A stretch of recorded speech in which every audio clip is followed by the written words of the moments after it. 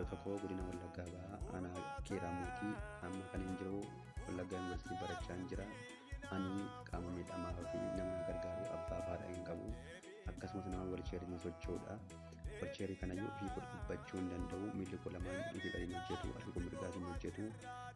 Walcheerii kana namatu naaf dhiiba. Ani ofii dubbachuu hin danda'u. Namatu kilaasii na keessa, namatu kilaasii na fida. Dormitti namatu walcheerii irraa fuudhee siree irra na kaaya. Namatu walii siree irraa fuudhee walcheerii irra na kaaya. Baay'ee miidhamaadha jechuudha. Akkasumas nama na gargaaru abbaa fi haadha hin qabu.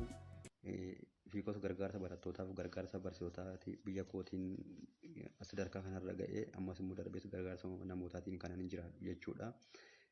Darbees dhugaa yoo dubbachuu barbaadu hiriyoonni koo warri ani wajjin dormii galuu yeroo abbaan isaanii, haati isaanii, firri isaanii fi obboleettiin isaanii qarshii isaaniif erganii anaaf nam tokkitee erga bara 2013 kaasee amma yoonaatti namni qarshii shanillee shayitti dhugedhee namni baankii naaf buusee hin jiru jechuudha.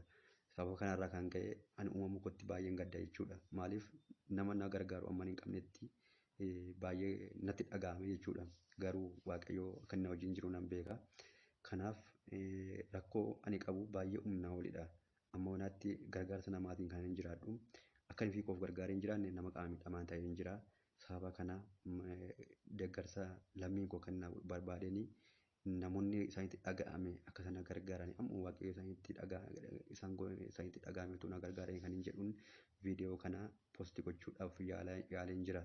Kanaaf nama gargaaruun nama abbaa sanarraa deeffachuu osoo hin taane Waaqayyo biraa gatii ofii argachuudha.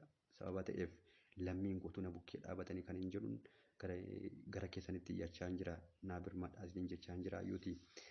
Namoonni na gargaaruu hin dandeenye illee utuu viidiyoo kana sheer na godhanii dinnaan namni na gargaaru utuu na bukkee dhaabatee baay'ee gaariidha jedhee yaada. Sababa kanaaf ani amma Wallaggaa Yuunivarsiitii waggaa lammaffaan barachaa jira. Baay'ee humnaa ol miidhamaadha jechuudha. Walcheeriin irra taa'uuf immoo kunuutii ilaaluu dandeessu. Walcheeriin irra taa'u yoo argamuudhaa baateeyyuu kunuutii ilaala. Kun doormeen keessa galudha. Doormeen keessa galudha kuni.